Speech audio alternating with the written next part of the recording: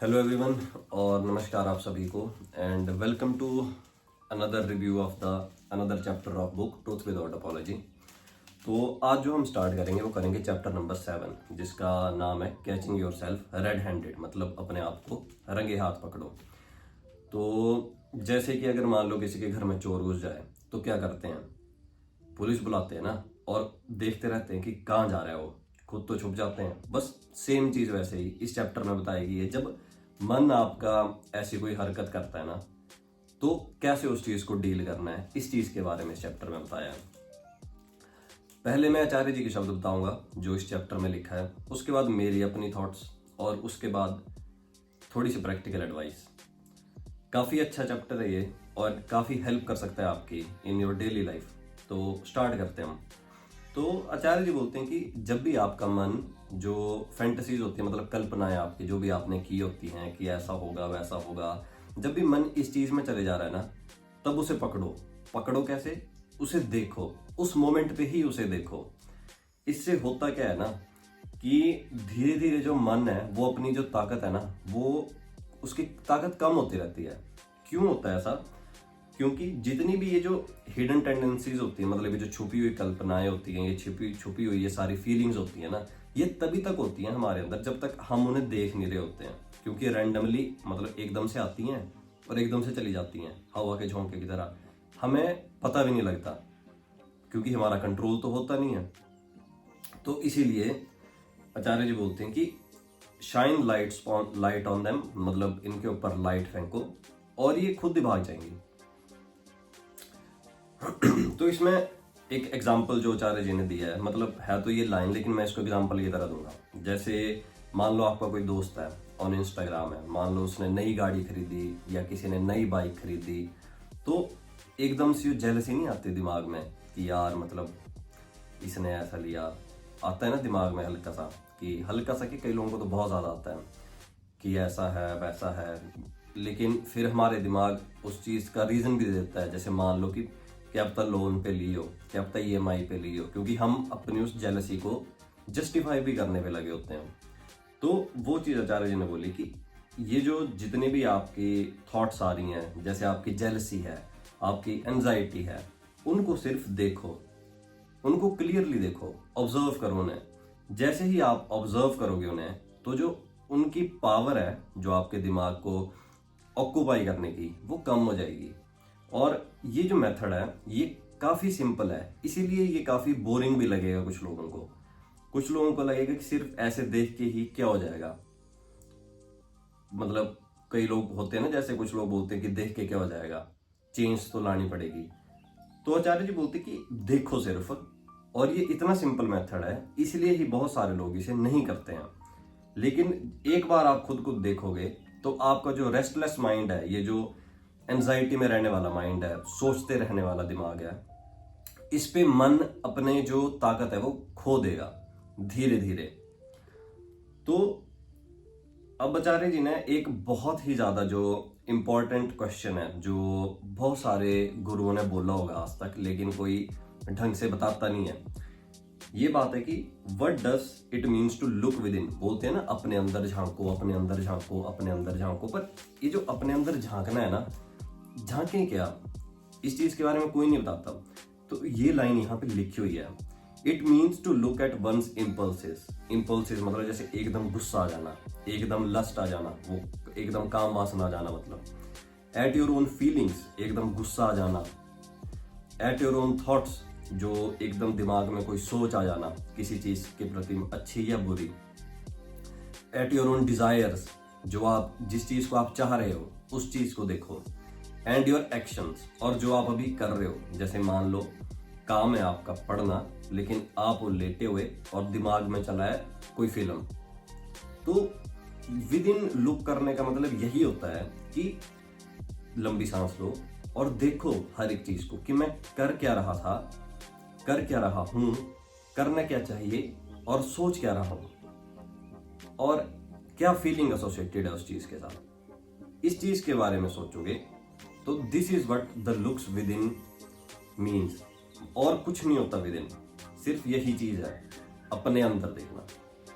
And मेरे हिसाब से this is the one of the most important lines जो कि इस पूरी किताब में है। रीजन ये है कि ये जो लुक विद इन है ना, ये हर कोई बोलता है, हर कोई। आपने जितने भी स्पिरिचुअल गुरु सुने होंगे ना, सब ने ये बात बोली हुई है कि अपने अंदर देखो, अपने अंदर झांको, अपने अंदर झांको, पर कोई बताता नहीं है कि भाई झांकना क्या है। तो आचार्य जी ने बहुत ही सिंपल और बहुत ही सुंदर तरीके से इसका आंसर दिया है। बहुत अच्छी, मतलब बहुत ही अच्छी ये लाइंस हैं कुछ। तो आगे कंटिन्यू करता हूँ कि look at how you live, देखो कि तुम रहते कैसे हो। तुम्हें कोई अंडरस्टैंडिंग ही नहीं है इस बात की कि तुम जो कर रहे हो वो कर क्यों रहे हो। कभी दिमाग एक साइड चला जाता है, कभी मन दूसरी साइड चला जाता है, कभी किसी चीज की इच्छा होती है, कभी किसी और चीज की इच्छा होती है। जैसे पिछला चैप्टर था वो इससे रिलेटेड था। तो कभी हम रुक के लेकिन खुद को ये नहीं बोल पाते कि कर क्या रहा हूं मैं, क्यों कर रहा हूं मैं, ये सारी बातें। इसी चीज को जब हम करेंगे तो वही हमारा होगा कि we are looking within. Then आगे आचार्य जी ने लिखा है इसमें कि जो बाहर की ताकतें होती हैं, मतलब बाहर की जो चीजें होती हैं, जैसे कोई भी चीज, जैसे आपको एग्जांपल दिया मैंने गाड़ी का, वो क्या करती हैं, आपको बार बार, जैसे समुद्र की लहरें होती हैं ना, वैसे आपको डामाडोल करती रहती हैं, कभी आगे कभी पीछे।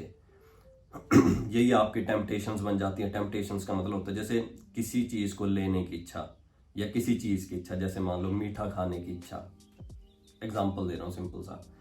और आपके डर और आपके प्रेशर भी यही चीज है ना। जैसे मान लो कि स्कूल में अच्छा परफॉर्म करना है या कॉलेज में अच्छा परफॉर्म करना है, क्यों? क्योंकि बाइक मिलेगी या बाइक लेनी है। क्यों लेनी है? क्योंकि किसी और ने ली है तो उसको देख के जलन हो रही है, पर मेरे पास यही रास्ता है।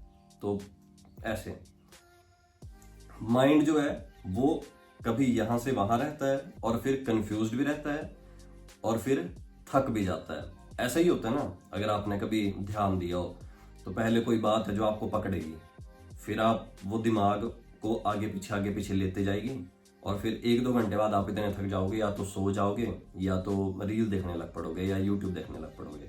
सेम चीज है। लेकिन कभी भी अपने अंदर नहीं झांकोगे कि ये चीज आ रही कहां से है।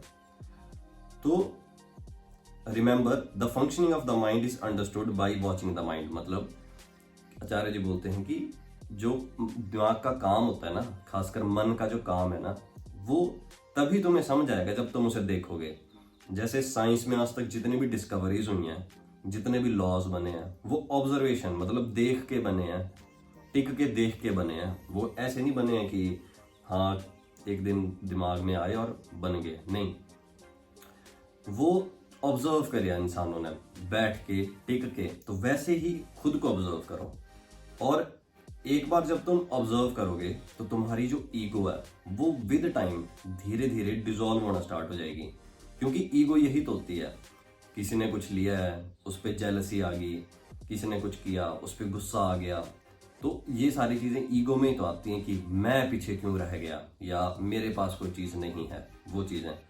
तो उस चीज को जब आप ऑब्जर्व करोगे, जो आप सोचते हो, धीरे धीरे आप अपनी ईगो को डिसॉल्व करते जाओगे। तो only a free mind can make decisions about work, love and family. तो आचार्य जी ने ये भी काफी अच्छी बात बोली है कि only a free mind can make decisions about, मतलब कि देखो जब तक आपका माइंड ऑक्यूपाई है ना 36 चीजों से, तब तक आप जो भी काम के रिलेटेड डिसीजन लोगे, अपनी फैमिली से रिलेटेड डिसीजन लोगे, वो सारे के सारे किसी न किसी बात से इन्फ्लुएंस ही होंगे। वो ऐसा तो है नहीं कि आप अपने अंदर से ले रहे हो, क्योंकि सारी चीज तो बाहर से आ रही है। तो जब तक आप अपने माइंड को, खुद को देख के खुद को फ्री नहीं करते रहे इन सारी चीजों से, तब तक ये जितनी भी बातें हैं ये आपके दिमाग को घुमाती रहेंगी। और इससे आपकी फैमिली, वर्क, ये सारी चीजें, मतलब आपका काम और आपका परिवार, ये दोनों चीजें, जितनी भी चीजें आपके साथ जुड़ी हैं वो अफेक्ट होंगी। Catch your self, watch your self. पकड़ो अपने आप को, देखो अपने आप को और ऑब्जर्व करो खुद को। आपको अगर ध्यान हो तो यही बात फर्स्ट चैप्टर में भी थी कि रूथलेसली ऑब्जर्व करो अपने आप को, प्रॉपरली देखो खुद को कि भाई जो मैं सोच रहा हूं वो आ कहां से रहा है, क्यों आ रहा है, और इन चीज़ों को जब आप देखोगे तो यही चीज़ जो है वो डोर टू लिबरेशन बनती है। डोर टू लिबरेशन का मतलब है कि टुवर्ड द फ्रीडम, जिस चीज़ को हम फ्रीडम बोलते हैं। तो यही था इस चैप्टर में जो मेन बात थी। तो अब बात करते हैं कि मेरी जो थिंकिंग है, मतलब मेरे अपने जो थॉट्स हैं इस चीज़ से रिलेटेड। तो दिस इज, ये जो आचार्य जी ने इसमें बताया है ना, ये बात पहले एक बार ना ओशो भी बोल चुके हैं।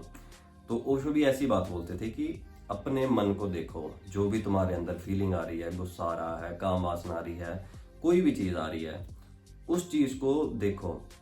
जब तुम उसे देखोगे तो धीरे धीरे होता क्या है ना कि तुम रियलाइज कर जाते हो, तुम्हें लग जाता है पता कि यार जो भी मैं सोच रहा हूँ उसकी कोई बड़ी ज़्यादा वैल्यू नहीं है, कि मैं क्यों सोच रहा हूँ ऐसा किसी के बारे में, या मैं क्यों सोच रहा हूँ ऐसा, या ऐसा सोच के मैं खुद को ही तो नुकसान दे रहा हूँ, खुद को ही तो रेस्टलेस कर रहा हूँ, एंजाइटी दे रहा हूँ। तो इसलिए बैठो आराम से, एंड बैठो भी क्या, जैसे मान लो आप किसी ने कोई आपको कोई बात बोल दी, एकदम से गुस्सा आया, देखो खुद को।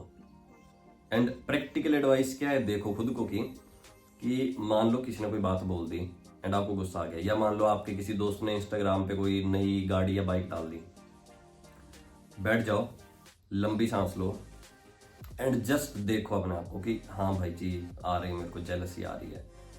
कुछ नहीं करना, ना सप्रेस करनी ना एक्सप्रेस करनी, मतलब ना दबानी वो ना दिखानी वो, आने दो। जैसे आप उसको ऑब्जर्व करोगे ना, 5 से 6 मिनट के अंदर आपको खुद ही लगेगा कि यार मैं क्या सोच रहा हूँ, ये जो है वो है, मेरा क्या लेन देन उस चीज़ से, मेरी लाइफ की ग्रोथ थोड़ी हो रही है उस चीज़ से। And that's how you can improve it on it, कि मतलब that's how you can like think about कि मैं अच्छा ऐसा सोच रहा था पर ऐसा नहीं सोचना चाहिए था। और वैसे धीरे धीरे जो मन है आपका वो आपके ऊपर पावर खो देगा and you will be liberated, मतलब आप इस फीलिंग से आज़ाद हो जाएंगे। तो यही था इस चैप्टर में। अच्छा लगा होगा तो काइंडली कमेंट करना एंड शेयर करना, एंड कोई इम्प्रूवमेंट जो मैं वीडियो में ला सकता हूँ उस चीज़ के बारे में बताना। Thank you.